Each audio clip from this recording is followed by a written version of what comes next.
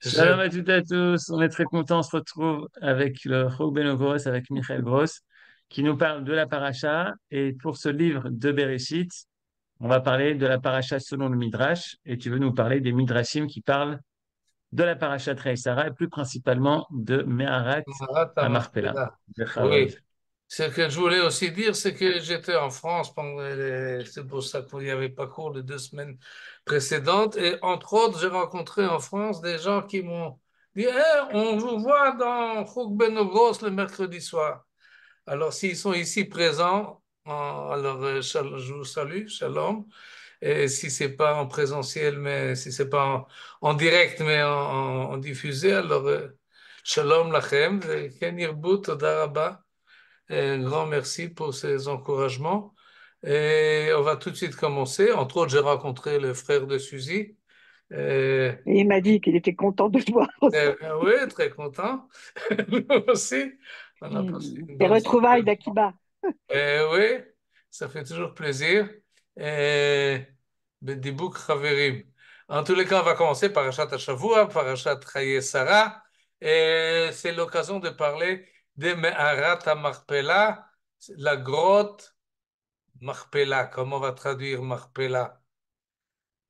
Kefel, double. La grotte double. Ou la grotte dédouble, ou la grotte, je ne sais pas. Et quel est le rapport entre la grotte et la multiplication? C'est ce qu'on va entre autres élucider par le biais du Midrash. On va tout de suite commencer.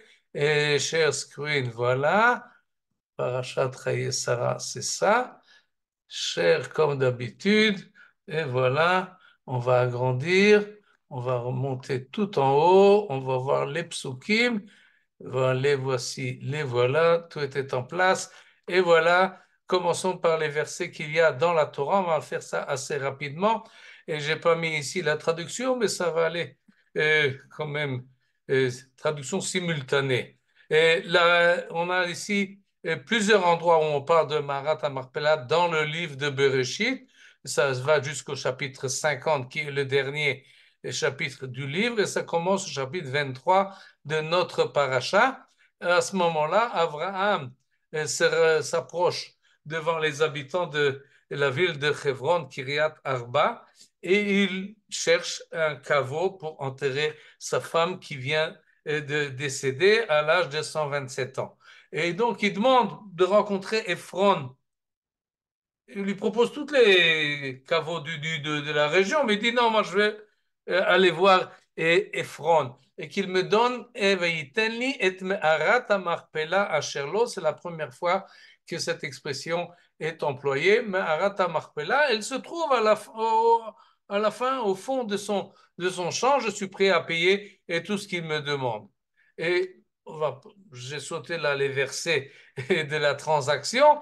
Finalement, effectivement, ואחריכן קבר אברהם את שרה אשתו אל מערת שדה המכפלה.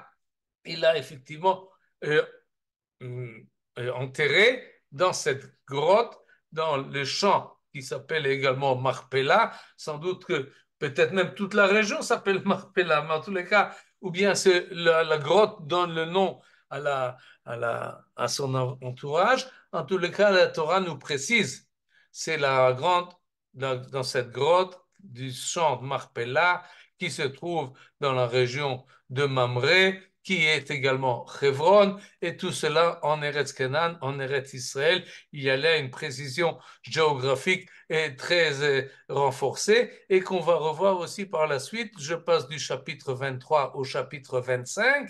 Au chapitre 25, celui qui trépasse, c'est Avraham Avinu. Beseva Tova. Il était âgé et il est mort. Et alors il faut l'enterrer. Ceux qui vont l'enterrer, c'est ses deux fils, Yitzhak et Ishmaël. Et où est-ce qu'ils l'enterrent, évidemment? El Meharat Marpella, El Sde Ephron Ben Sorah Chiti, Asher Al Pene Mamre. Et la Torah précise, au même endroit, le champ qu'Abraham avait acheté des enfants de Chet et où il avait enterré sa femme. On passe du chapitre 25 au chapitre 29. Il s'agit maintenant de Yaakov. Et Yaakov dit, et qu'il faut, il va bientôt mourir, on est déjà à la fin du livre, et ça, Nine Esaf el ami, enterrez-moi, il meurt, pas en Eretz Israël, il meurt en Égypte. Mais il demande précisément d'abord à son fils Yosef, qui était le vice-roi, et ensuite à tous ses enfants, s'il vous plaît, enterrez-moi, ou El Amehara Asher Bisde Ephron Achiti. Et ça suffit pas.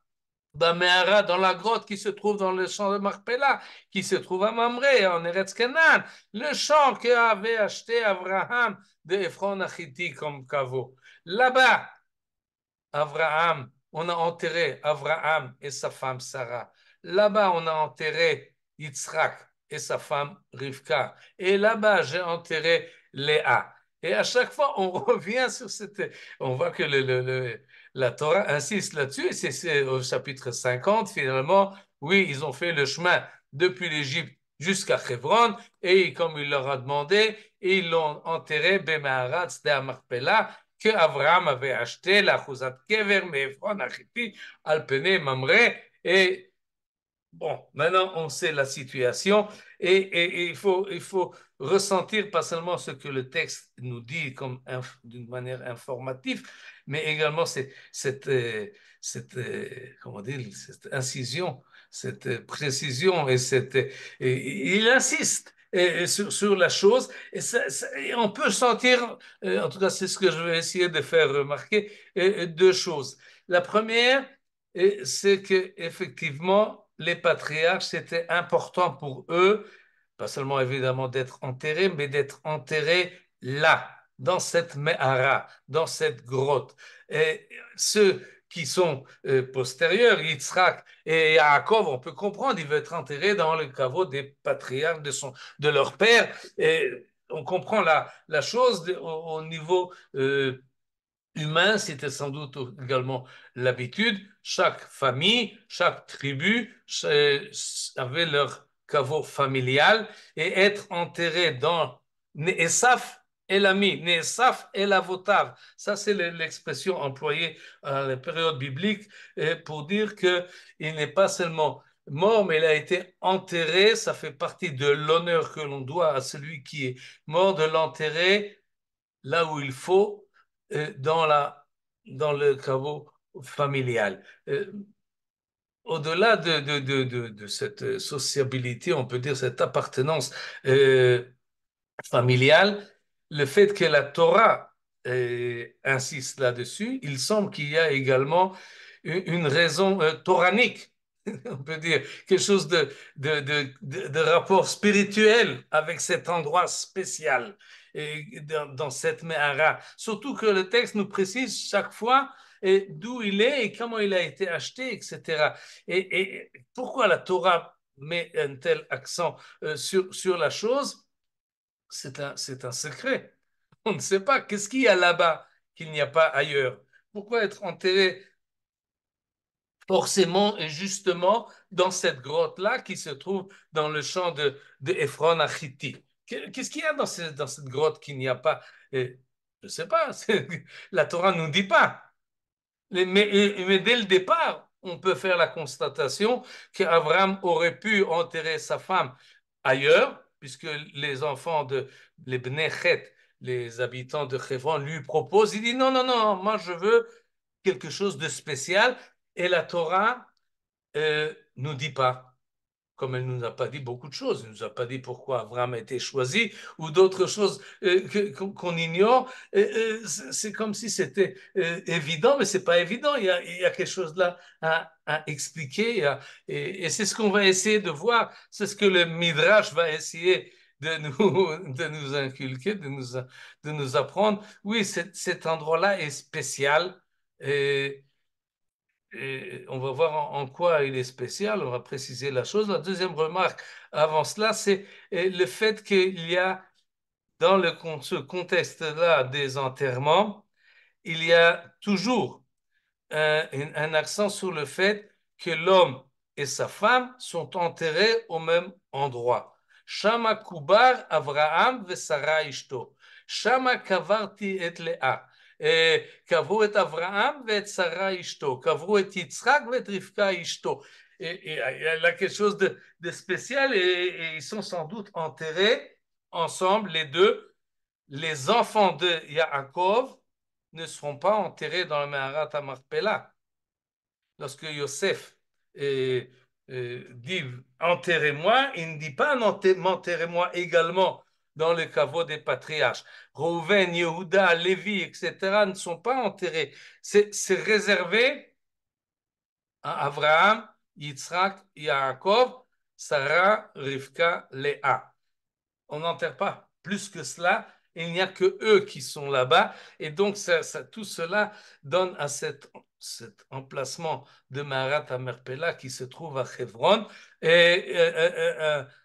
un niveau spécial, Ma'amad Meyuchad, un statut élevé et qu'on ne connaît pas exactement parce que la Torah ne nous précise pas quelle est la source et quelle est la signification de cette grotte et en quoi c'est tellement important. Pour cela, on va voir le Midrash et le Midrash nous l'explique, mais par le biais, si je comprends bien, de certains intrus qui se sont ajoutés au patriarche. C'est-à-dire, le livre de Bereshit est explicite. Abraham, sa femme, Yitzhak, sa femme, Yaakov, sa femme, point final. Mais d'après le Midrash, non, c'est pas point final. Il y en a d'autres.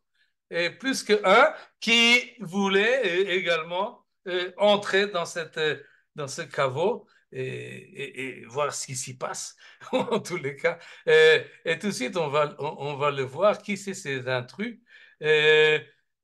Regardez ce que nous dit Bereshit Rabbah.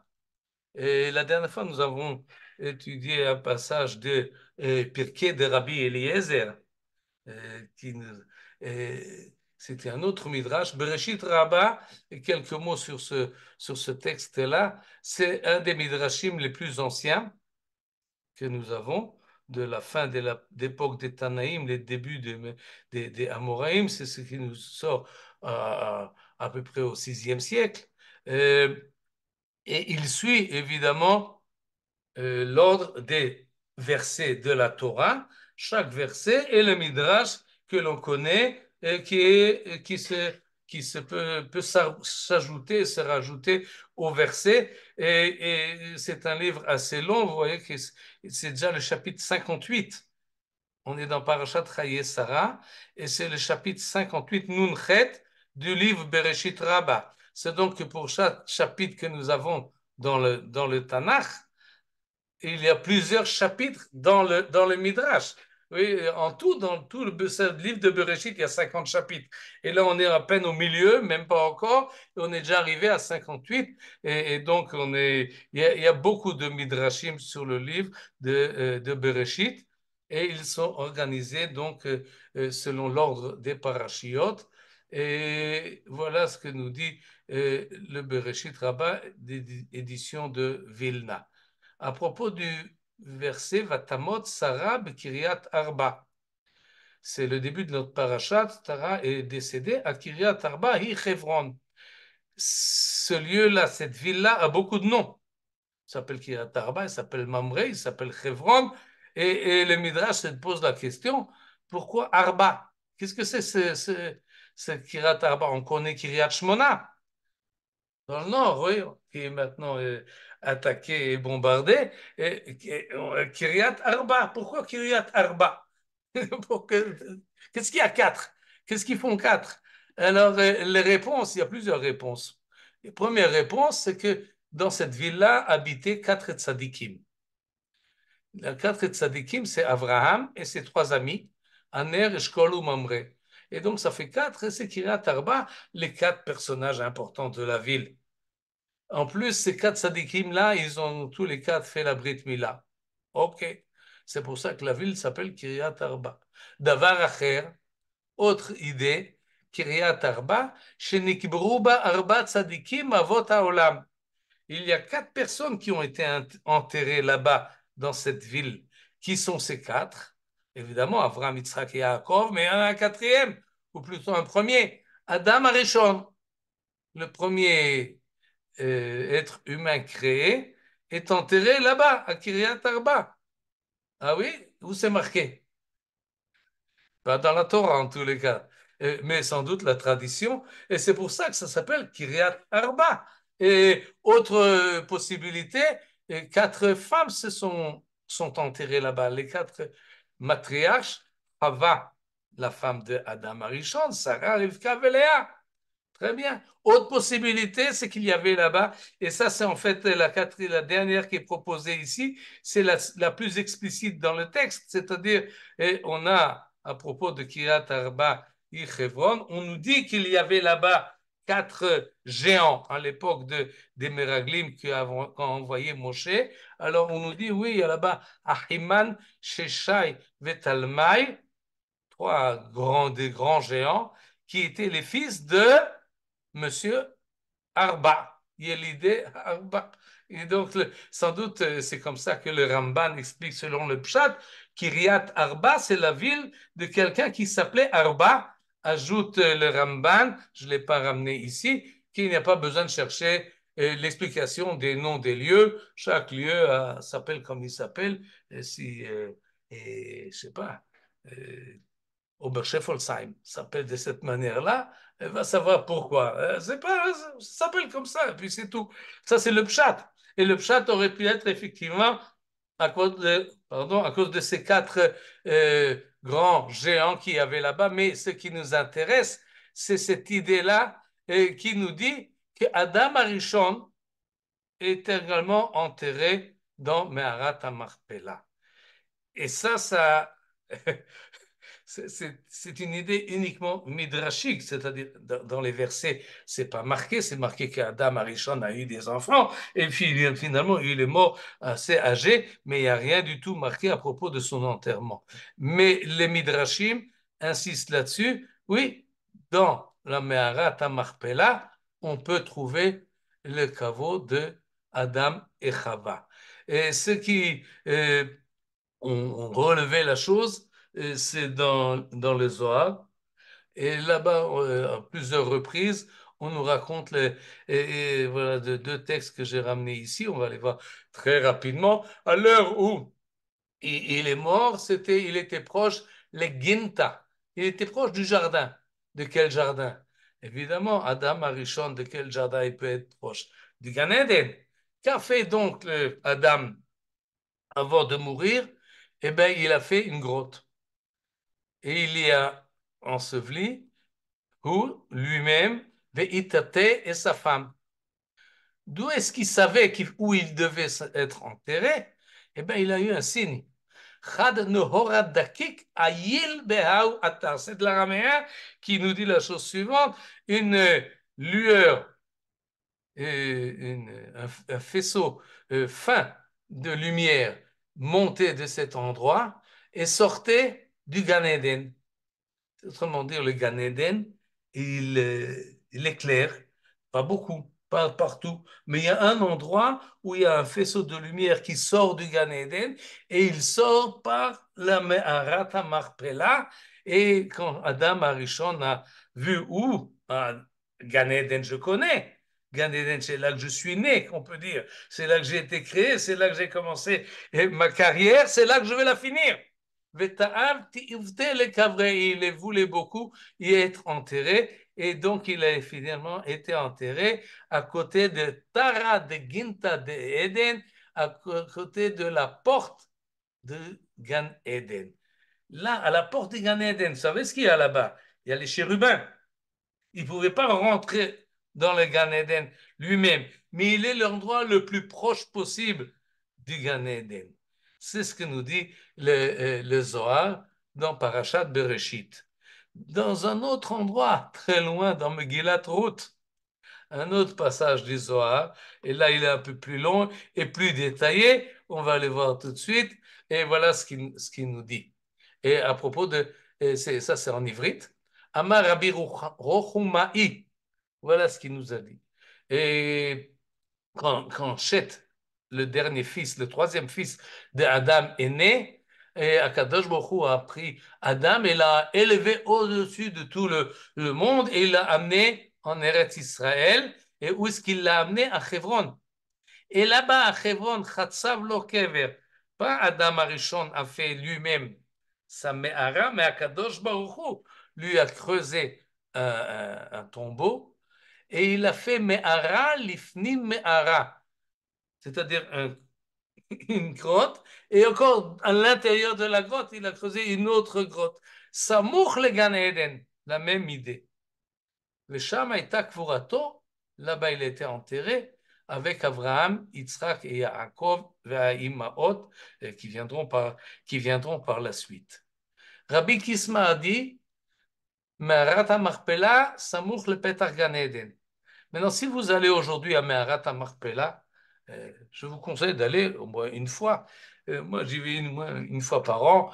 Ça m'arrive de me retrouver à Me'arat HaMachpelah. Il y a une grotte, effectivement, mais on ne la voit pas, la grotte, elle est souterraine. Au-dessus de la grotte a été construit un grand bâtiment impressionnant que tout le monde connaît, à l'époque du deuxième temple, soit selon les spécialistes, soit c'est à l'époque de Hérode lui-même, parallèlement à la construction du Beth Amikdash qu'il a agrandi, ou même encore avant Hérode, ça a été construit un grand bâtiment que par la suite, évidemment beaucoup plus tard, et des siècles plus tard, les Arabes qui ont conquis cet endroit-là, et bien, ils l'ont transformé le lieu en misgad, en mosquée. Aujourd'hui, ils prient également les Arabes et les musulmans et également les Juifs à tour de rôle et chacun à ses heures et à ses jours. Mais dans la Me'arad, c'est-à-dire plutôt dans le bâtiment, si vous rentrez dans le bâtiment, dans la grande salle qu'on appelle Echal Yitzhak, vous avez sur la droite un petit trou avec un couvercle avec qui est troué lui-même. Et à côté de ce trou-là, vous avez une pancarte, une indication où il y a marqué Petach Gan Eden. Ça, c'est l'entrée du Gan Eden. Là-bas, sur place, encore aujourd'hui, vous pouvez voir, et si vous rentrez par ce trou, c'est en fait une cheminée qui vous amène directement à la grotte qui se trouve tout en bas. Et si vous êtes assez petit, vous pouvez passer par là. Et un homme moyen ne peut pas passer. Il faut être vraiment assez fin et assez maigre pour pouvoir rentrer par là. Mais en tous les cas, ça s'appelle Petach Gan Eden.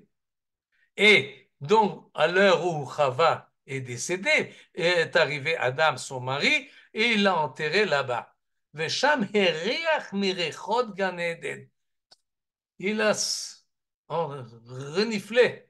On a vu la lumière, maintenant on voit également, on ressent, on sent l'odeur qui sort du Gan Eden. De là vient l'expression qui existe aujourd'hui, Reach Gan Eden. Si c'est une bonne odeur, wow, ça c'est Reach Gan Eden. Formidable. Et c'est la meilleure odeur que l'on peut imaginer. Et il voulait, Adam Arishon, agrandir la grotte, sans doute pour y mettre d'autres personnes, et sorti une voix du ciel pour lui dire non, ça suffit, la grotte elle est comme il faut, et il n'y a pas besoin, de plus. Ajoute là-dessus, et Rabbi Rochumae, Akadosh Baruch Hu nitasek bo. C'est Akadosh Baruch Hu qui a enterré Adam Arishon, et de même que c'est lui qui l'a créé, et c'est lui donc qui va également l'enterrer. Mais ce qui est important, c'est la suite. עד שבא אברהם אבינו עליו השלום, non, plutôt on va commencer par là, ולא היה מי שיודע בו. Personne ne savait que Adam est enterré là-bas, parce que c'est pas marqué dans la Torah. Il n'y avait pas de tradition, on ne savait plus. Depuis, il y a déjà eu le déluge entre-temps. Et peut-être que tout un millénaire et même deux sont déjà passés. Et alors, personne ne connaissait cette grotte. Ad Sheba Avraham Avinu Alav Shalom, jusqu'à ce qu'il est arrivé à Abraham. Il est rentré là-bas et il l'a vu. Il a vu qui? Il a vu Adam Arishon, qui est là-bas enterré. Ve'eria re'ach besamim, il a reniflé l'odeur du Gan Eden et il a entendu les anges qui disaient Adam Arishon Kavur Sham. Ça, c'est l'endroit où est enterré le premier homme. et Abraham, Yitzhak, Yaakov, Mouchanim, ils sont prêts, c'est prêt pour eux. Et vous voyez que la question qu'on s'est posée il y a un instant, pourquoi Abraham veut être enterré dans Me'arat HaMachpelah? Le Zohar nous dit, parce que Adam Arishon se trouve là-bas, parce qu'il y a une odeur du Gan Eden, parce qu'il y a une lueur qui vient du Gan Eden qui apparaît là-bas, et donc c'est un endroit de tous les endroits de la terre, l'endroit, si on peut dire, Gan Eden. Et ça, c'est l'idée que le Midrash veut nous dire en mettant Adam Arishon. J'ajoute une parenthèse parce que peut-être c'est pas clair. Le Zohar, c'est un Midrash. Oui, c'est clair. Le Zohar, c'est un Midrash. C'est-à-dire, d'abord, une grande partie du Midrash est écrit, est rédigé dans l'ordre des versets de la Torah. Mais en plus, une grande majorité de ce que le Zohar nous dit et nous raconte, c'est basé sur les versets de la Torah ou des Nevi'im et Ketuvim. Et donc, c'est en fait une interprétation midrashique du texte de la Torah. Et c'est un midrash qui a des aspirations souvent plus mystiques. Oui, on parle du Gan Eden, on parle des anges, on parle d'une lueur, on parle d'une odeur, etc. L'ambiance est beaucoup plus mythique, on peut dire, et mystique. Mais en fait, le Zohar est une sorte d'interprétation du texte du Midrash avec un style un peu différent, même souvent beaucoup différent, dans une autre langue, parfois en araméen, dans un autre style, mais finalement, oui, c'est un midrash, et ce midrash-là se base pas sur des versets, sans doute. Rabbi Kisma, Rabbi Ruchamaï nous amènent pas des versets.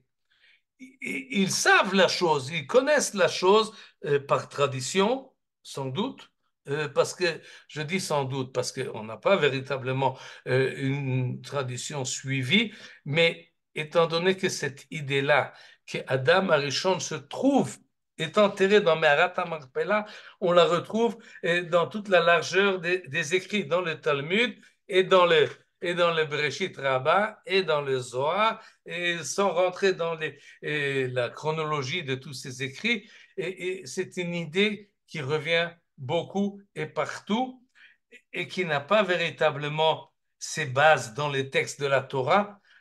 Si vous voulez, vous pouvez prendre cela ou suspendre ça sur Kiryat Arba. Pourquoi quatre? Eh bien, Abraham, Isaac et Yaakov, il y a un quatrième. Ok, mais c'est pas évident que le quatrième, c'est Adam. Et là, on nous fait tout un récit. Le Zohar nous fait un récit extraordinaire. Et à propos d'Abraham, vous allez voir encore un autre texte qu'on va voir tout de suite. En tous les cas, cette idée-là est importante parce que elle nous donne une réponse à la question, qu'est-ce qu'il y a là-bas, Me'arat HaMachpelah? Quel est le secret de cet endroit-là? Eh bien, le secret est relié au premier homme et relié au Gan Eden qui se trouve dans le début du livre de Bereshit. Ra'a Haner Dolek, Abraham, il a vu la lumière, il a reniflé l'odeur, il a vu la lumière, alors il voulait également être enterré dans cet endroit-là. Personne ne connaissait cet endroit. Même Ephron, qui lui a vendu le terrain, ne savait pas pourquoi Abraham voulait absolument cet endroit-là. Il ne connaissait pas tous les sgoulottes qu'il y a dans le terrain qui était mis entre ses mains. Amar Ravuna, קודם שבא אברהם, רבים היו מבקשים להיקבר שם. Et sans doute que Ravuna pense un peu différemment. Il dit non, beaucoup voulaient être enterrés là-bas, qu'ils savaient pourquoi ou qu'ils ne le savaient pas. En tous les cas, c'est un endroit où les gens voulaient être enterrés, mais ils ne pouvaient pas. Pourquoi ils ne voulaient pas? Parce qu'il y avait des anges. Malaché Asheret ayu shomrim amakom. V'roim esh doleket sham. On voit qu'il y a un feu qui sort. Cherev halohetet amitapechet. Le glaive qui tourne et qui est brandi à l'entrée du Gan Eden. Alors on ne peut pas. Lo yachlu lichnos. Ad sheba Avraham venichnas vekana et amakom.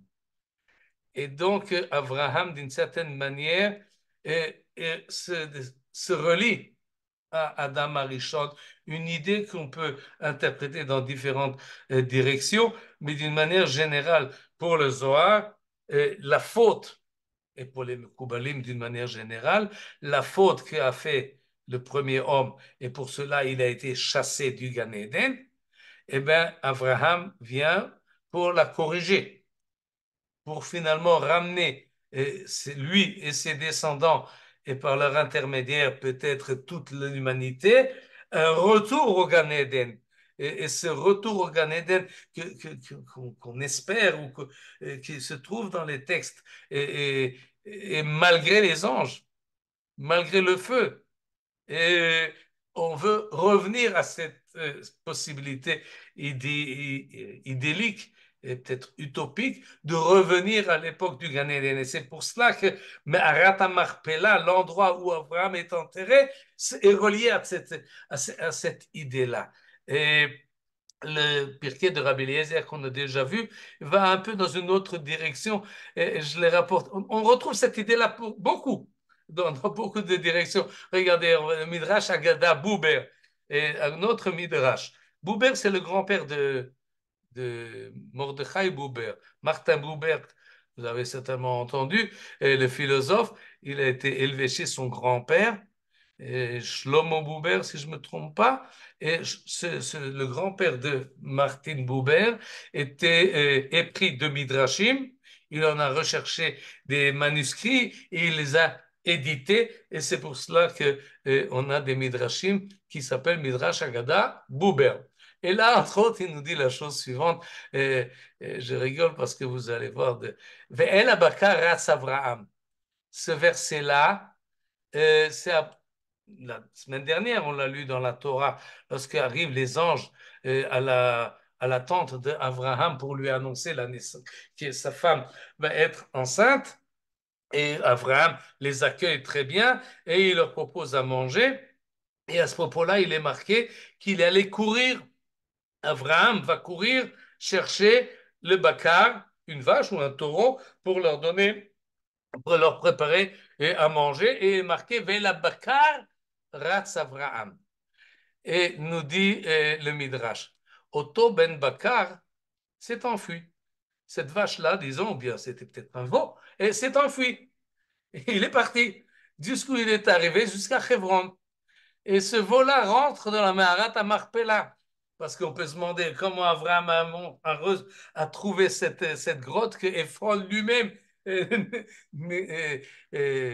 ne connaissait pas son existence. Alors, c'est grâce à ce Bakar, Ratz Abraham, Abraham a couru après cet animal pour l'égorger, lui donner à manger aux anges. Venichnas Abraham avinu acharav. Alors, en poursuivant ce veau, il est rentré dans la grotte de Gan Eden. Vera'a Adam Chava shofrim. Il voit que Adam et Chava sont là, couchés et allongés. Venerot dolkim lifnehem. Il y a des bougies allumées. Ouh, a dit Abraham, Yafé Be'ara likvura. Ça, c'est un très bon endroit pour être enterré. Je veux aussi. Et alors, il l'a acheté, Bemamon Arbé, de beaucoup d'argent. Vous voyez, et ça, c'est un autre midrash qui est un peu imagé, mais qui vient expliquer ce mot El Abakar, Ratz Abraham. Si vous voulez changer l'ordre des lettres du mot Bakar, et vous recevez le mot Kever. Vers Kever Ratz Abraham. Et donc, les choses se relient et c'est très bien. J'ai sauté là sur Pirkei de Rabbi Eliezer, qui, on a le temps, pas beaucoup, alors on va le sauter pour cette fois-ci, bien que c'est assez intéressant. Pourquoi je saute? Parce que on a vu jusqu'à présent que pour le Midrash, il n'y a pas seulement les trois patriarches et leurs femmes, comme c'est marqué dans la Torah explicitement et plusieurs fois, il y a encore Adam Arishon qui est enterré là-bas. Mais il n'y a pas que Adam Arishon qui voulait rentrer, il y en a un autre. Et on va voir celui-là, d'après le Midrash, dans Shmot Rabbah, ça c'est la suite de Bereshit Rabbah, bien que c'est un autre livre, beaucoup de Midrashim s'appellent Rabbah. Rabbah c'est grand, parce que c'est des livres volumineux. mais que chacun a été finalement compilé à une autre période, dans un autre style et dans une autre optique. Mais si vous allez dans un magasin, vous demandez, donnez-moi Midrashim, on vous donne toute la série Rabbah. Bereshit Rabbah, Shmot Rabbah, Vaikra Rabbah, Bemidbar Rabbah, Dvarim Rabbah. Aujourd'hui, ça va comme un set comme ça, bien que chez chacun un livre séparé. En tous les cas, on a un verset dans le livre des Proverbes, au chapitre 28, verset 22, qui dit la chose suivante: Nivhal lahon ish ra'ain, velo yeda ki cheser yevoenu. Ce qui signifie, c'est bien traduit là en français, un homme envieux. Envieux, c'est ra'ain, quelqu'un qui a un mauvais œil et qui veut toujours ce qu'il n'a pas et ce qu'ont les autres. Un homme envieux. Nivhal lahon, il court après la fortune. Niv'al lahon, Ishra'ain. Il faut renverser pour le traduire. Ishra'ain, Niv'al lahon. Il court après la fortune. Il veut beaucoup d'argent. Mais il ne s'aperçoit pas que la misère viendra fondre sur lui. La misère, c'est un peu fort pour le mot chesser, bien que l'idée est valable. C'est-à-dire celui qui court après l'argent, finalement, il ne se rend pas compte qu'il en perd et qu'il risque de ne plus en avoir. D'après le texte dans son sens littéral, celui qui est préoccupé sans arrêt à agrandir sa fortune, il ne remarque pas qu'il y perd, qu'il il viendra en une perte, il aura quelque chose qui lui manque. Celui qui court après l'argent, il lui manque quelque chose. Effectivement, c'est ça finalement. L'idée de Michelet, un livre de proverbes et de morale. Mais nous dit le Midrash, et le Midrash aime beaucoup ce style-là, les choses qui sont marquées d'une manière, disons, générale et qui sont valables pour tout un chacun. L'homme envieux, le Midrash aime l'identifier et accoler cette formule avec un personnage biblique. Et ça, le Midrash le fait souvent, et entre autres, à cette occasion-là, il dit, je sais qui c'est cet homme-là qui est décrit dans le verset, un homme envieux, c'est Esav. Esav, le frère de Yaakov, son frère jumeau. Et voilà ce que nous dit le Midrash, à l'heure où leur père est décédé, Yitzhak, eh ben, ils ont divisé l'héritage en deux parties et chacun a reçu la moitié. Dans cet héritage-là, il y a également la possibilité d'être enterré dans le caveau familial. Et donc, se dit Yaakov, quoi, ce rachat, mon frère Esav, il va finalement rentrer dans la Marat Marpella. Lui et ses enfants, c'est pas possible.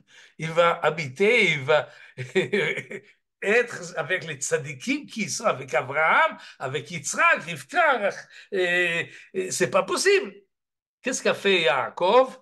Miyad, Amad Venata el kol hamamon shaya beyado, il a rassemblé tout l'argent qu'il avait à sa disposition et il en a fait un tas. Le tas s'appelle Keri. Rappelez-vous ce terme-là. Keri, c'est d'habitude employé pour un tas de blé qu'on assemble après la moisson. On fait un tas, une espèce de gerbe comme ça, une grande gerbe qu'on met en tas. Ça s'appelle Keri. Et il a dit à son frère Esav, Achi, חלק שיש לך במערה הזאת תרצה, tu veux ta part dans la grotte, ou bien tu préfères peut-être tout cet argent et tout cet or? Qu'est-ce que tu dis? Qu'est-ce que tu préfères? Ça ou ça? Alors Esav s'est dit, eh ben, enterré, je peux m'enterrer partout. Pourquoi je serais enterré dans un Ratamarpella pour un tombeau que j'ai la possibilité d'être enterré là-bas, je vais perdre toute cette fortune? Jamais de la vie. Alors il a préféré la fortune, il a pris l'argent, il a pris l'or et il a perdu sa place dans la Meharat Marpella.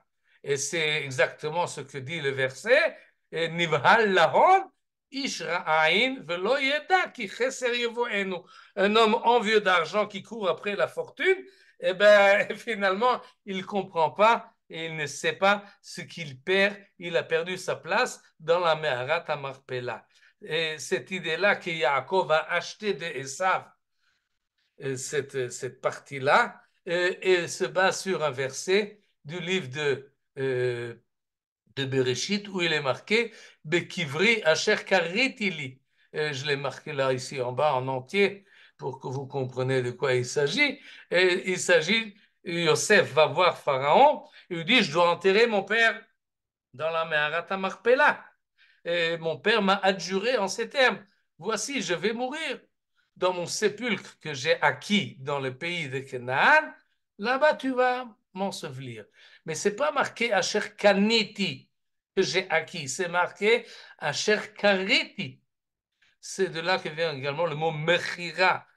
Oui, c'est la même, la même racine. Mechira, c'est une vente, une acquisition. Mais c'est pas d'habitude, on dit Kana, ou la Karti. Là, il y a marqué Kariti. Et ça met la puce à l'oreille de tous ceux qui font du Midrash. Lorsqu'on tombe sur un terme peu habituel, on ne s'applique pas seulement à l'expliquer. On se pose la question, pourquoi est-ce que l'écriture a choisi un terme rare au lieu d'employer le terme le plus courant. Et ça, c'est pour nous apprendre quelque chose de plus. Asher karitili, ça vient du mot peut-être kari, qui est cet amassement. Et donc, Asher karitili, ça fait allusion à ce que le Midrash a appris là, c'est que Yaakov va acheter en ramassant son or et son argent, sa part dans la Meharat à Marpella. Cette idée-là, que Esav voulait être enterré dans la Meharat à Marpella, également on la retrouve dans plusieurs endroits. D'après ce texte que l'on vient de voir, eh bien, il a perdu sa place.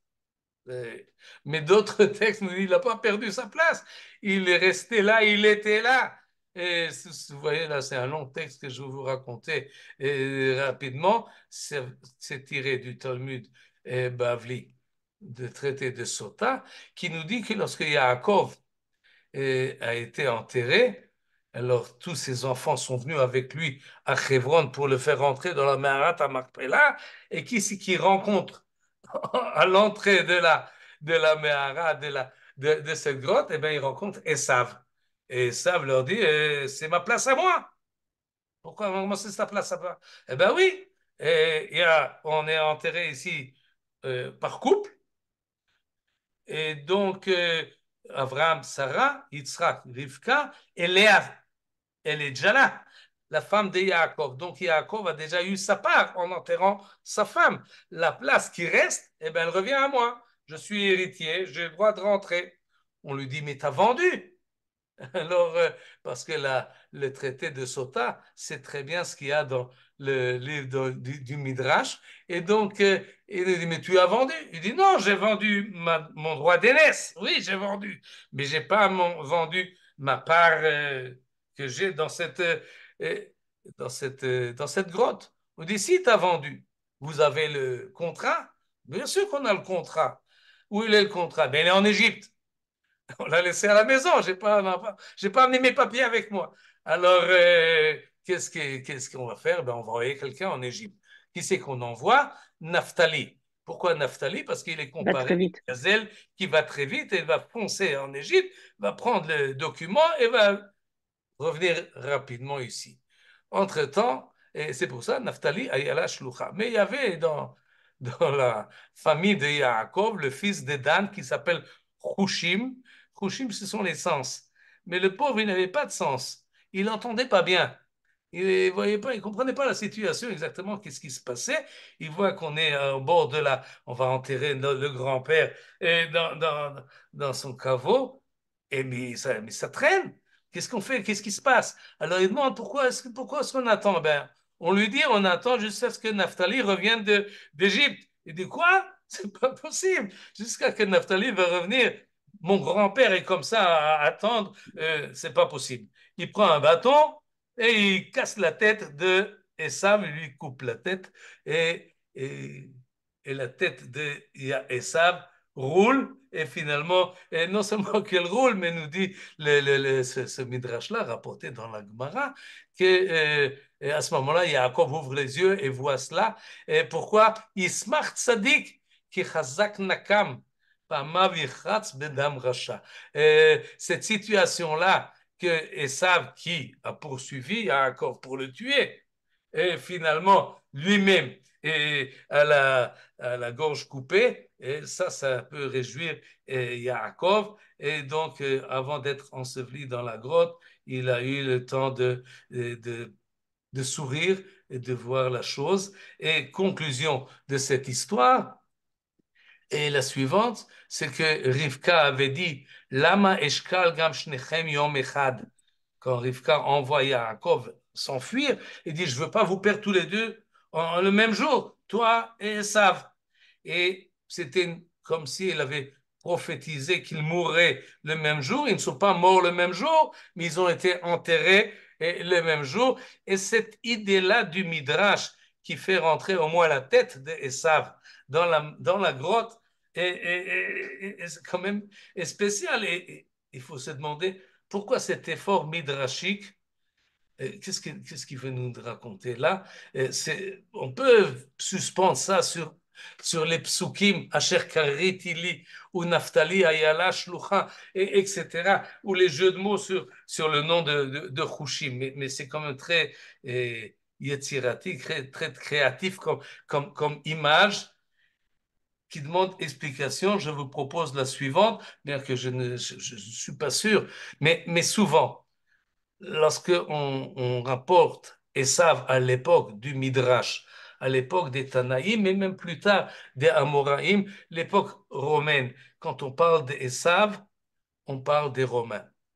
On fait une allusion à l'opposition qu'il y a entre l'Empire romain et le peuple juif. Et les Romains nous ont empêchés, nous ont fait, après Mered Bar Kokhba, et on ne pouvait plus vivre dans toute cette région-là, entre Yerushalayim et Hebron, interdiction d'y arriver et d'y rentrer.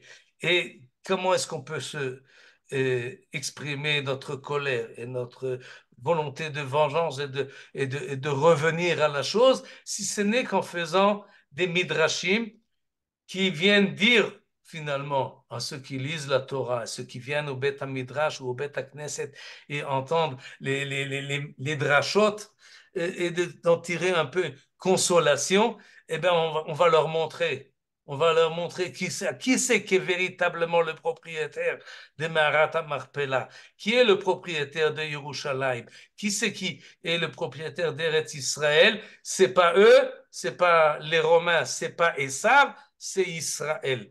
Et donc, à plusieurs reprises, cette idée-là, elle existe encore aujourd'hui. Quand on parle de Maharat Marpella, quand on parle du bâtiment qui se trouve là, et que beaucoup veulent nous empêcher de prendre possession. Oui, je fais allusion là. Vous savez que dans les dernières années, on a construit là-bas un ascenseur pour monter, parce que c'est à peu près 3 étages à monter, des marches assez difficiles, et ceux qui sont handicapés ne pouvaient pas rentrer dans la Marat à Marpella. Des années, ça a duré pour faire un ascenseur, pour pouvoir y arriver. Avec des interventions du Beth Amishpat, de la justice, et des ministres ont intervenu. Et pourquoi? Parce que le Wakaf ne permettait pas, les Arabes ne permettaient pas. Et jusqu'à que finalement ça a été fait. Il y a quelque chose qui est énervant lorsque le caveau de nos patriarches, Abraham, Yitzhak, Yaakov, Sarah, Rivka, Léa, et on n'arrive pas à prendre possession, ça devient finalement un symbole. Et vous savez certainement que pendant des siècles, les Arabes qui étaient possesseurs de l'endroit empêchaient les Juifs de pouvoir rentrer. On avait le droit de l'extérieur de monter à la 7e marche, comme ça s'appelle, et de l'extérieur prier. Et donc, il y a dans cet endroit-là, dans ce lieu-là, une appartenance nationale, on peut dire. Notre identité nationale est reliée à cet endroit-là. J'insiste là-dessus parce que il y en a qui exagèrent et qui disent que c'est Makom Kadosh. Non, c'est pas Makom Kadosh. C'est pas saint, c'est un cimetière. C'est pas, il n'y a pas ici une sanctification. Nous avons un et unique endroit qu'on peut dire Hu Makom Kadosh, parce que Kadosh Baruch Hu, il réside. Et cet endroit-là, c'est Harabayit à Yerushalayim. Mais ce haut lieu de Maharat HaMachpelah est un endroit important parce que c'est le caveau de nos patriarches et il symbolise l'unité de notre peuple. Et donc, il y a toujours dedans une question d'appartenance et de possession. Et je pense que c'est cela que le Midrash veut nous dire en nous parlant de Esav.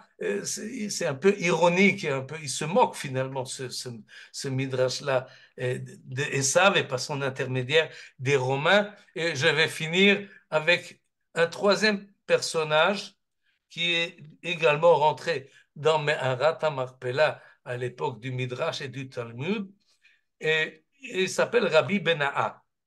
Voilà l'histoire, et à vous de l'interpréter comme vous la comprenez, parce qu'on n'aura pas le temps de voir l'explication du Khatam Sofer. En tous les cas, voilà l'histoire. Rabbi Bena'a, un Talmid Chacham connu de la fin de la période des Tanaïm, son métier était, son occupation était de signaler l'emplacement exact des grottes où sont enterrées des personnes pour pouvoir faire attention à des questions de pureté et d'impureté et pour qu'on ne passe pas là où c'est impur, là où il y a des gens qui sont enterrés. Et alors, il fixe les limites des grottes. Alors, il est arrivé à la grotte d'Abraham. Il voulait rentrer pour voir comment c'est construit et pour définir exactement l'emplacement, mais il y avait un personnage qui l'empêchait de rentrer, il s'appelait Eliezer. Il a rencontré Eliezer, le serviteur d'Abraham, qui se tenait devant la porte. Alors, il dit, qu'est-ce que fait maintenant Abraham? Il demande Rabbi Bena'a à Eliezer. Et Eliezer, qui ne voulait pas qu'il rentre, il lui dit, ben, Abraham, il est dans les bras de Sarah. Et Sarah lui regarde sur la tête. Autrement dit, en position intime, Abraham et Sarah, alors, ne peut pas rentrer. Alors, il lui dit, Zil, va, Emale Bena'a Kae Abava. Il lui dit, va dire à Abraham que Bena'a se trouve à la porte. Il est allé, ça c'est entre cette phrase-là et la suivante, il est allé, il lui a dit à Abraham, et il lui a dit, il peut rentrer, il n'y a pas de problème, il peut rentrer. Pourquoi il peut rentrer? Parce que dans ce monde-ci, c'est-à-dire dans le monde supérieur des morts, il n'y a pas de problème de Yetzerara et de Yetzeratov, donc il n'y a pas de problème de Tzniut, il peut rentrer, il n'y a pas de problème, qu'il rentre Khofshi il a toute la liberté de rentrer et faire son travail à l'intérieur. Et alors il est rentré et il est arrivé dans la grotte d'Adam Arishon, puisqu'il est également, comme on l'a vu, Adam Arishon est également enterré là-bas, et est sorti une voix qui lui a dit Nistakalta bedmut yokni, bedyokni atzma al tistakel. Tu as vu l'image de ma face elle-même, tu ne dois pas voir. Et les chachamim qui interprètent la chose sont à savoir si celui qui ressemble à Adam Rishon c'était Abraham ou bien c'était Yaakov. En tous les cas, peut-être tu les as vus eux. Moi, dit Adam Rishon, tu n'as pas le droit de me regarder. Alors ne rentre pas dans ma grotte. Alors il dit, mais j'ai besoin de faire les limites de la grotte. Il alors lui répond, que midat achitzona, kach midat apnimit. On sait que c'est Maharat HaMachpelah. C'est double. Il y en a une à l'extérieur et il y en a une plus à l'intérieur. Eh bien, ils ont la même taille. S'ils ont la même taille, tu as déjà pris les mesures de celle d'extérieur, tu sais maintenant comment est celle d'intérieur. et il y en a d'autres qui pensent que c'est pas une grotte à l'intérieur d'une autre, mais une au-dessus de l'autre. Shne batim zo le malamizo. Alors il lui a dit, eh bien, celle qui est au-dessus, là où se trouve Adam Arishon, eh bien, c'est la même mesure que celle qui se trouve en dessous. Ces deux idées-là, on n'a pas eu le temps de le voir, qui se trouvent dans la Gemara, qui explique le mot Marpella, une grotte double, à double étage, ou une à l'intérieur de l'autre. Ceux qui sont descendus dans cette grotte ont fait le témoignage qu'effectivement, les deux opinions de l'Agmara correspondent à ce qu'ils ont vu en bas. Il y a également une grotte plus profonde que l'autre. Elle est également plus élevée que l'autre. Et donc, toutes les interprétations, les deux interprétations sont valables. Finalement, Rabbi Benaha est sorti de la grotte. Et il a dit, j'ai pas vu comme de quoi avait l'air Adam Arishon, mais j'ai vu ces deux talons. Et ces deux talons ressemblaient à la lumière du soleil, chacun d'eux. Et donc il a été ébloui et il est sorti. Cette histoire-là est racontée dans Masechet Baba Batra, Daf Nunchet Amud Aleph. Et j'ai fini par cela parce on avait commencé par cette idée que la Me'arat Marpella et la Torah, dans la manière dont elle est écrite, elle insiste sur le couple qui est enseveli ensemble. Abraham et Sarah, Yitzhak et Rivka, Yaakov et Léa, et cette notion-là de familiale qui est très forte, eh ben, on la retrouve dans cette histoire un peu extraordinaire de Rabbi Benaha, qu'on lui dit que finalement, même après Béa Esrim, ou à propos d'Abraham et Sarah, c'était un peu plus, il y a encore un rapport entre le couple qui était marié ici-bas. Ce n'est pas pour rien qu'ils sont enterrés ensemble. Et cette idée-là, elle est très forte, pas parce qu'on peut s'imaginer ce qui se passe dans les mondes futurs, mais elle rejette sur la famille et sur le couple dans ce monde-ci. Et c'est-à-dire, le mariage d'Abraham et Sarah n'est pas quelque chose de futile ou d'un hasard, c'est quelque chose qui a des répercussions dans tous les mondes et dans tous les niveaux. Et être marié, c'est quelque chose qui est beaucoup plus fort que ce que l'organisation de la vie personnelle de chacun. C'est une union qui a une dimension, on peut dire, spirituelle et même éternelle. Et ces idées-là donc se retrouvent dans Me'arat Marpella, qui est un haut lieu qu'il faut respecter. Je peux que vous inviter à aller y J'ai une aller petite au question, recueillir. Michael. Oui, Suzy. Et tu parlais du couvercle un peu troué. C'est à côté du kéver de Isra qu'on ne peut pas voir tout le temps, qu'on voit que 3 fois dans l'année, c'est ça? C'est dans cette salle-là qui Mais ressemble plus à une mosquée qu'autre chose, ouais, où il y a une grande matzeva.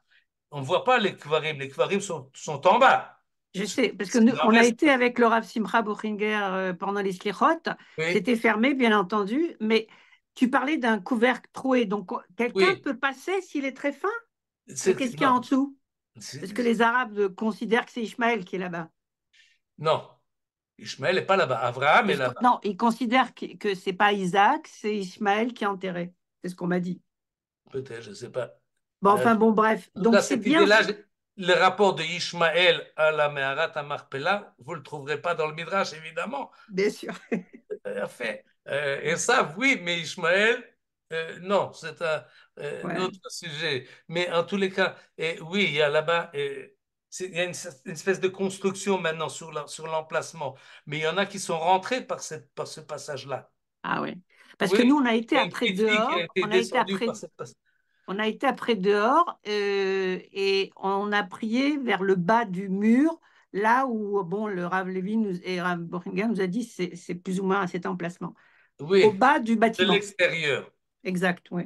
נכון. Oui. Tov, Il y a un petit Toda trou Rabba. dans le machin, dans la Marpella, muraille. Marpella, c'est un repli. Alors, dans l'hébreu mordel, Marpella, c'est le repli? Ça peut C'est être le même. également les capelles. Les capelles, c'est Ah, plié. quand on dit on fait un pli d'un drap, c'est une Oui. marpella. Je me trompe ou je me trompe pas? Parce que Ne vous moi, je... trompez pas. Mais Marpella, c'est aussi une doublure.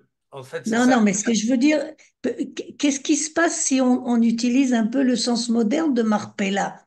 Parce que là, c'est très étrange, c'est doublé, c'est des couples. Mais c'est des couples qui sont pas égaux parce que Léa, il y a pas sa Rachel, il a pas, il y a plein de choses qui manquent.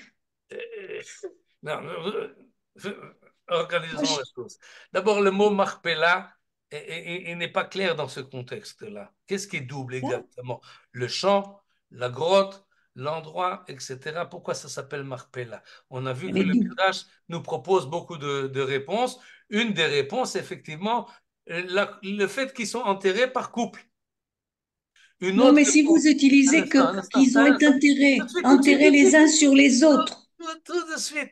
Et il y a un autre midrash que je n'ai pas ramené qui dit la chose suivante, que Adam Arishon était énorme. Il fallait le plier pour l'enterrer. Voilà. Voilà.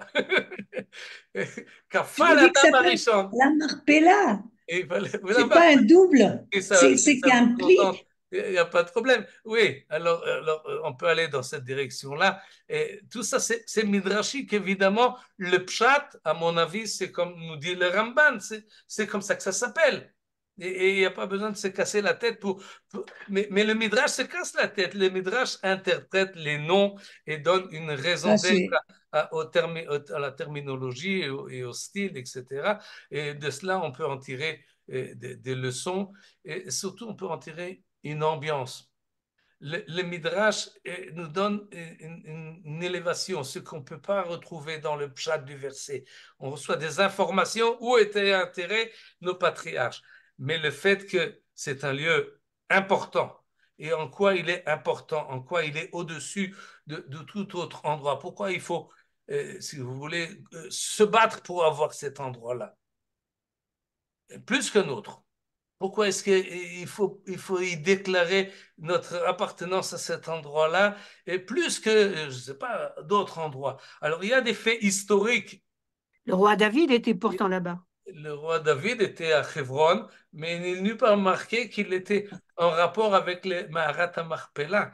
C'est C'est-à-dire, Et c'est les Hittim, c'est un Hittite qui appartient. Donc, c'est sa terre à lui, il l'appelait de Marpella, la doublure. d'accord, ok, mais peu importe maintenant. À Non, partir non, du non, moment je cherche la réalité de cette doublure, parce que ça tombe mal avec cette doublure. Alors, cherchez. Si la grotte est double, ça peut vous contenter peut-être, je ne sais pas. C'est comme ça que ça s'appelle en tous les cas. Est-ce Mais, que mais à Rava, il fallait partir du la plier moment, aussi? à partir du moment où le Midrash a brodé là-dessus et a construit là-dessus des notions, et le Zohar est allé encore plus loin que le Midrash, et en fait, on progresse dans l'élévation de l'âme, si vous voulez. Et à partir de cela, oui, il y a possibilité de créer une culture et une émouna qui est plus forte, qui est plus ancrée, qui donne un sens, comme je l'ai dit au départ. Pourquoi Abraham s'entête à acheter cet endroit-là? Pourquoi c'est tellement important? Pourquoi Jacob demande qu'on le transporte de l'Égypte jusque-là? C'est quand même, c'est pas Si c'est évident. la porte du paradis, ça va, on comprend. Alors, bon, ça c'est la manière où le Midrash et le Zohar nous expliquent l'importance. Je ne suis pas me Koubal, alors je ne comprends pas les choses jusqu'au fond. Alors je me contente de cette impression et de cette. Les shpachot ont été enterrés où? Oui, pardon, Les shpachot. très bonne Parce que question. on Et sait pas, après, Reuven, Shimon, Lévi, Yehuda, Issachar, rien. c'est que la Torah, d'habitude, il y a une importance. On fait remarquer où sont enterrés les gens importants. Moshe, Aaron, et Myriam, et oui, et C'est David, les c'est rois, quand même le mais plus. pas tous. Et d'ailleurs, une fois enterrés, il n'y a pas un pèlerinage. Au Parce monde, que on ne c'est va pas. C'est comme quand les même gens plus aujourd'hui, le chez lieu et Rabbi la Nachman de partie. Braslav jusqu'en Ukraine qui est en état de guerre. Et dans la Torah, ça n'existe pas. Dans le Midrash, ça existe un peu. Dans la Torah, ça n'existe pas du tout. Dans le Tanakh, il n'y a pas de on va pas Pèlerinage. De pèlerinage dans, pèlerinage. oui. Mais le Midrash nous dit que Kalev y était, que Yirmiyahu, après la destruction du temple, est allé à Meharat à Marpella. Le Midrash, oui, et c'est pas seulement le Midrash, mais le Vox Populi. Rambam aussi a Les été. sentiments Rambam aussi. populaires, oui, on a une appartenance, ça nous dit quelque chose. Et là, j'étais dernièrement en France, et après 55 ans, je suis revenu dans ma ville natale. Une des choses que je suis allé, c'est sur la tombe de mon grand-père. Ah bah, c'est Maintenant, normal. je me considère un peu rationnel, mais quand même, c'était quelque chose d'important, d'émouvant, de quelque chose qui me parlait. Alors, je n'ai pas fait le chemin spécialement pour ça, Alors, mais puisque j'étais à Strasbourg, veux-tu? c'est l'occasion. Oui, il y a quelque chose de vrai et de profond dans ce sentiment d'appartenance de Abraham, Yitzhak et Non, Jacob, je regarde. nos patriarches. Il y a Ça s'exprime grosse, de mais cette manière-là.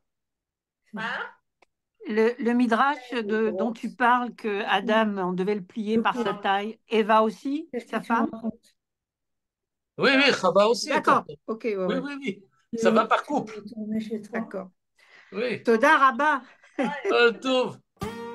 Merci d'avoir visionné cette vidéo. Je vous invite à vous abonner à notre chaîne InMode pour plus de replays, de conférences, de cours, d'interviews. Cliquez sur le bouton juste ici et vous êtes abonné à l'InMode. À très bientôt.